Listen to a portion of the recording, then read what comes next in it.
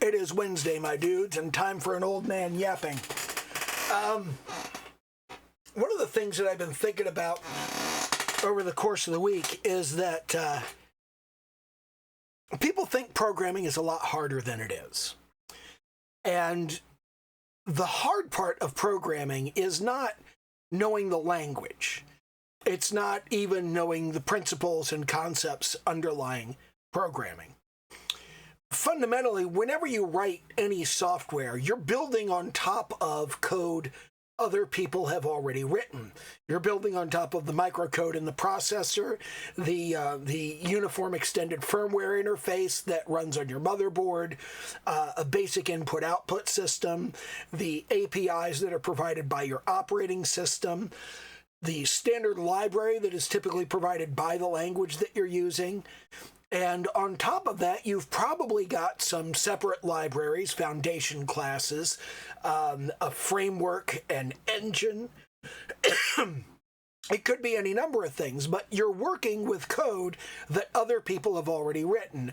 And the most important thing for you to understand is what software that other people have already written is available to you. What are you building on top of? Because mostly what you're doing is calling into that. You're not writing everything all the way from scratch. You're not all the way down at the basics of digital logic using unary, not, and binary OR to accomplish everything with bits and bytes and all of that shit. You're not working in machine language anymore. You're not even working in assembly language. You're working in a high-level language, and your purpose is to call into the libraries that have been provided for you so that you can accomplish the things that those libraries are designed to help you fix.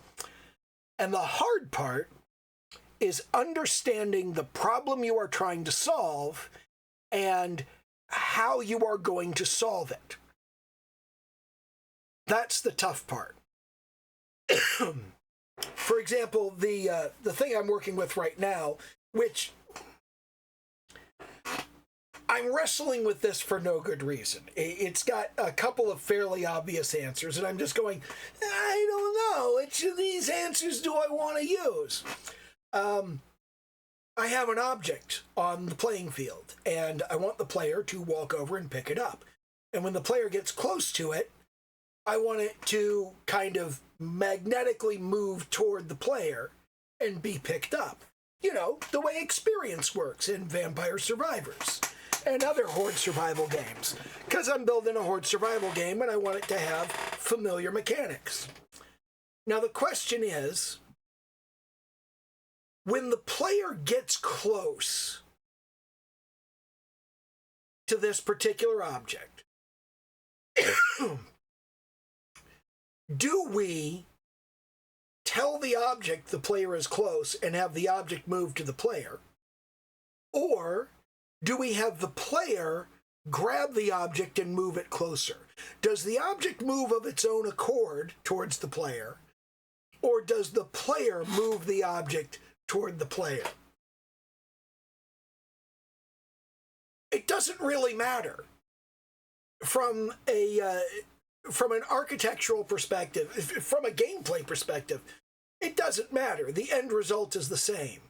But am I going to have the player object in code say, okay, everything that's close to me, move closer to me until it gets close enough that I can pick it up? Or are we going to have everything that is on the playing field go, if the player's close enough, move toward the player so the player can pick it up? And then there's the question of, does the player pick up the object? Does the player object remove the experience orb from the playing field? Or does the experience orb just remove itself from the playing field and tell the player object, you just got this much experience? Both of these approaches are valid. There's no particular reason to pick one or the other. It's entirely arbitrary.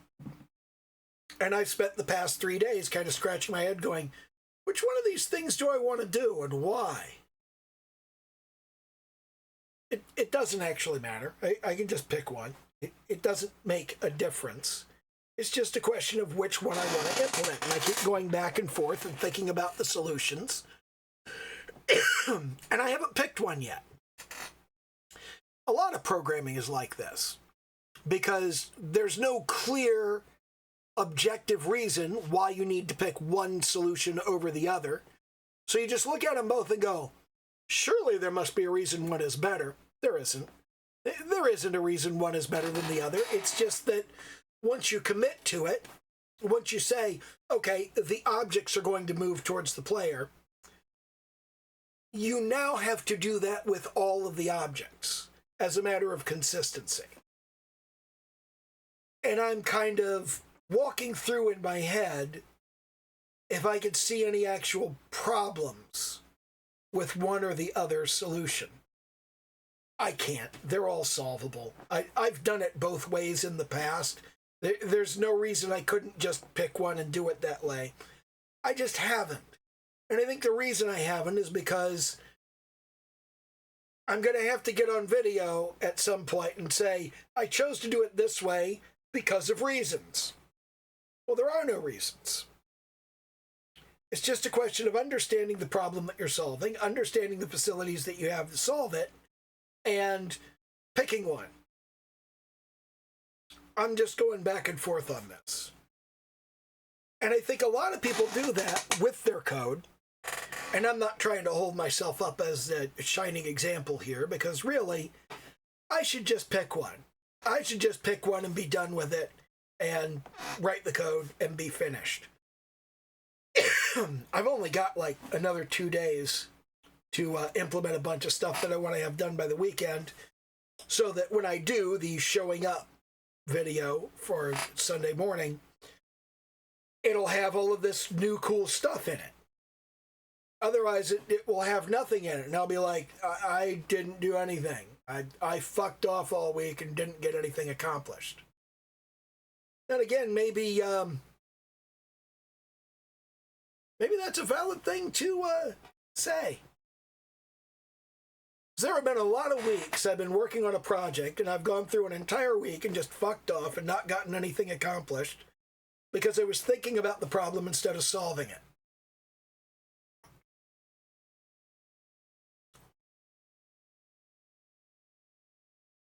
So since I've done it so many times before, what's the difference now? Does anybody really care? I don't think anybody'd care.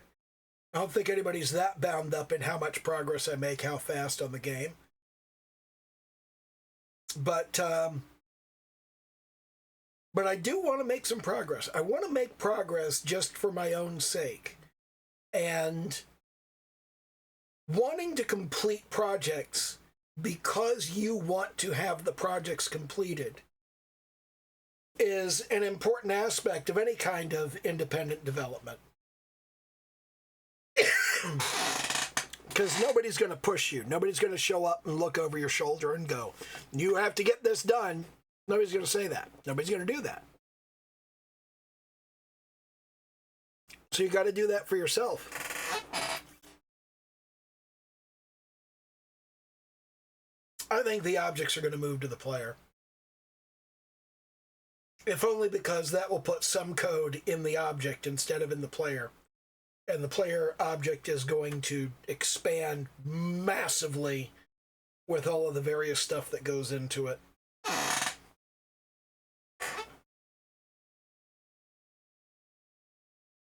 Anyway, that's kind of